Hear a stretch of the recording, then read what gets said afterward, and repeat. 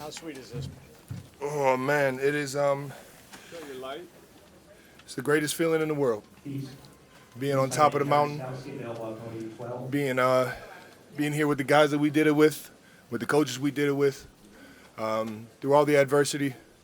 There's nothing I can say that can really explain how I'm feeling right now. Being at the top with my brothers and my teammates is it's the best feeling in the world.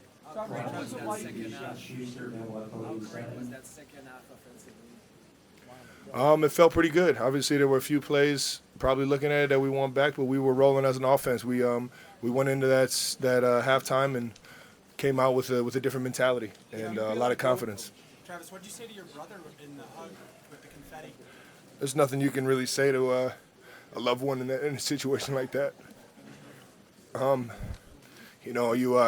You joke around all the time and say that you want to be your brother in the biggest stage ever, but it's a weird feeling. It's a weird feeling, and that team had great leadership, great coaches. Obviously, it came down to the end, and we got all the respect in the world for those Eagles, man. But there's nothing really I could say to him other than I love him, and he played a hell of a year, a hell of a season. Travis, both your Super Bowl wins have been epic games and epic comebacks. Obviously, you're just trying to get a ring, but does that add something extra special to it? There's one thing about getting your first one, and it's a whole nother feeling. It's a whole nother feeling to get two. I wanted this one more than I ever wanted a game ever in my life, and the guys in this locker room, the teammates that I have, they felt the same way. The biggest difference is it solidifies your greatness. You didn't get lucky once. It wasn't just beginner's luck or however you guys want to call it. This is we took it 2 years in a row, or not 2 years in a row, but 2 out of 4. There you go. Do you consider this a dynasty? Do you consider this a dynasty? You can call it a dynasty. You can call it whatever you want. All I know is that we're coming back next year with our heart and the right mindset on trying to get another one. I can tell you that right now. Talk about Patrick. Your mindset with Andy, what do you feel for him and this team and for him? For him going up against his old team, man, we wanted to get this so bad for him. His legacy in Philly will live on forever. I know that city loves him. I know that organization loves him. But, ever since he's been here in Kansas City, I've seen it firsthand, him pour his heart and his mind and his soul into this organization, into this team, and lead a group of men. And you can call it what you want. That didn't happen in Philly. It happened right here in Kansas City. And there's a lot of pride knowing that he's had success in 2 different organizations, but this was the better one. Your love for him, is that pretty fair to say, is off the charts? Man, I'll tell you what, I'll do anything for that guy. Absolutely anything. Travis, how tough is Patrick Mahomes just out there today competing? Toughest son of a gun you ever met, man. That Texas gunslinger ain't gonna let nothing get in the way. Travis, you're on 9 consecutive playoff games with 75+ yards receiving games. Do you consider yourself one of the greatest tight ends?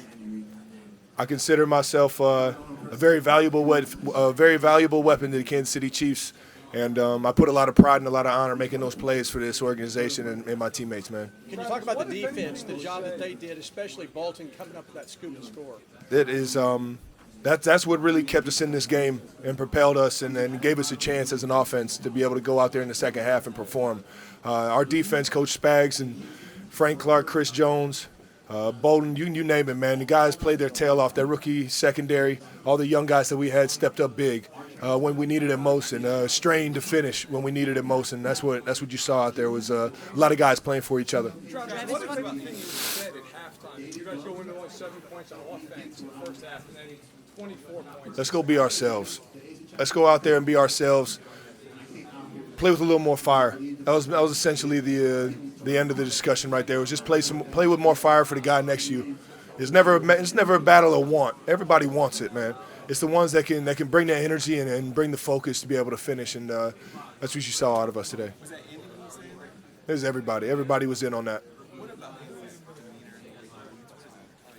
He's the ultimate challenger. He can relate to you and bring the best out of you. I wish it was easier said than and I wish I could explain it, but that's what makes him the greatest. That's what makes him the greatest. Be able to have 53 grown men and find a way to challenge them without disrespecting anybody, and find a way to challenge them together. he does it better than anybody I've ever met in my life, man. And I owed a lot to him, and I you know, I respect his leadership, and I try and be as much of a leader as he is to everybody else. On that Kadarius Toney touchdown, is he physically hiding behind you to obscure his view? I had to think about which one it was. That was just play design. We knew they on certain motions that they were, you know, trying to pass things off or things like that, and they just got caught in a bad defense against the right play. That's what makes Andy Reid the best. Shannon Sharp said you'd be the best tight end of all time if you won this game. What do you think about that? I still got a lot of catching up to do. I know Unc is he's one of a kind, and he likes to tell everybody what's on his mind, man. But I got so much respect for him, Tony Gonzalez, a guy like Rob Gronkowski, Antonio Gates, Jason Wynn. There's so many tight ends that I have so much appreciation for. When it comes to the best, you know, I'll say I definitely have one of the best situations out of any tight end in the National Football League, being able to be here with that quarterback in this offense, for sure. Last question for Travis. How many years more? Huh? How many years more? Oh man, I feel like this was the happiest year of my life, man, and both off the field, on the field, to see my family be in all its glories, get all the flowers. My mom be the center of attention on the Jumbotron before the game, on the biggest stage. Being able to get closer with my brother throughout the season. And then meet him at the mountaintop. It's the best feeling in the world, man. And I'll tell you what. I don't know how many I got left, but I'm sure going to cherish this one forever. Thanks, Travis. We got to get him out of here. We got to get him out. Yeah. Feel a hold on for my brother right now.